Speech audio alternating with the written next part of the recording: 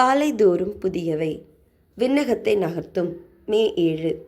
இப்படி கர்த்தர் ஒரு மனிதனுடைய சொல் கேட்ட அந்நாளை ஒத்த நாள் அதற்கு முன்னுமில்லை, அதற்கு பின்னுமில்லை. யோசுவா 10:14. இது தேவனின் நேரடியான இடைச்செருகள் நிகழ்ந்த தருணம். கிபியோனில் நடந்த யுத்தம் சாதாரணமானது அல்ல. போரின் நடுவில் யோசுவா கூறினார், சூரியனே, நீ கிபியோன் மேலும், சந்திரனே, நீ ஆயலோன் பள்ளத்தாக்கிலும் தரித்து நில்லுங்கள்.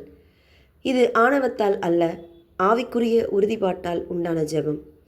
கர்த்தர் யோசுவாவை நோக்கி, அவர்களுக்கு பயப்படாயாக, உன் கைகளில் அவர்களை ஒப்புக் கொடுத்தேன், அவர்களில் ஒருவரும் உனக்கு முன்பாக நிற்பதில்லை என்றார். யோசுவா 1:8. அந்த வாக்குத்தத்தத்தில் தைரியமடைந்த யோசுவா பெரியதை கேட்டார். தேவன் ஏன் ஒரு மனுஷனின் சத்தத்துக்கு செவி கொடுக்கிறார்? அது அந்த மனிதனின் அதிகாரத்தினால் அல்ல, ஆனால் அவரின் சமர்ப்பணமான ஜெப வாழ்க்கையினால்.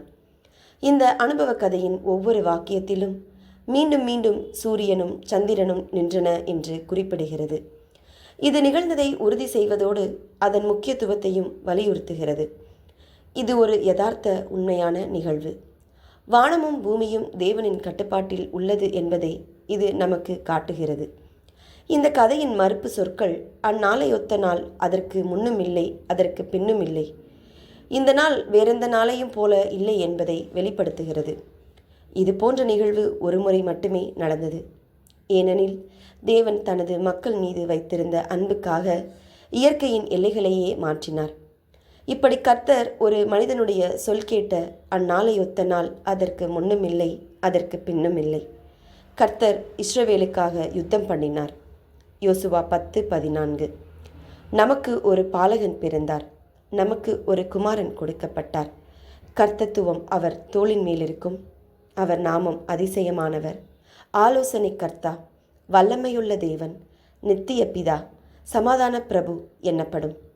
ஏசாயா 9:6. நாம் தேவனை முழுமையாக நம்பிக்கையுடன் நாடும்போது இயற்கையே சாதகமாக நமக்கு வேலை செய்யும். ஜெபிக்கும் உள்ளங்கள் சக்தி வாய்ந்த உள்ளங்களாக மாறுகின்றன. ஆவிக்குரிய வெற்றி என்பது மனித முயற்சி மற்றும் தேவனை முழுமையாக நம்பும் சிந்தனையில்தான் இருக்கிறது. நீங்களும் விண்ணகத்தை உங்கள் ஜெபத்தினால் நகர்த்த முடியும். ஜெபம். தேவனே, உம்முடைய வல்லமையை தந்திடும். உம்முடைய செவிகள் என் ஜெபத்திற்கு திறந்திருப்பதாக. ஆமேன்.